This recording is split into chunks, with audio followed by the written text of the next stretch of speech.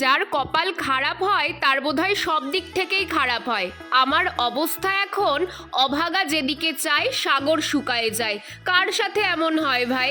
আমার বাড়িতে চলছে হলদির অনুষ্ঠান, মা থেকে শুরু করে সবাই কত মজা করছে দেখো, আর আমি বঞ্চিত গোবিন্দ দাস হয়ে কলেজে এসেছি কি না ডকুমেন্ট ভেরিফিকেশনের জন্য। আর বলো না, কাল থেকে আমার এক্সাম শুরু হচ্ছে, বিয়ের কোনো কিছুতেই থাকতে পারবো না।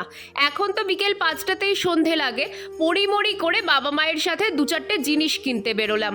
বাপরে ঠান্ডা বাইরে, এদিকে বরযাত্রীর জন্যও তাড়াহুড়ো শুরু হয়েছে। তার মধ্যে আমি যা দেখছি কিছুই পছন্দ হচ্ছে না।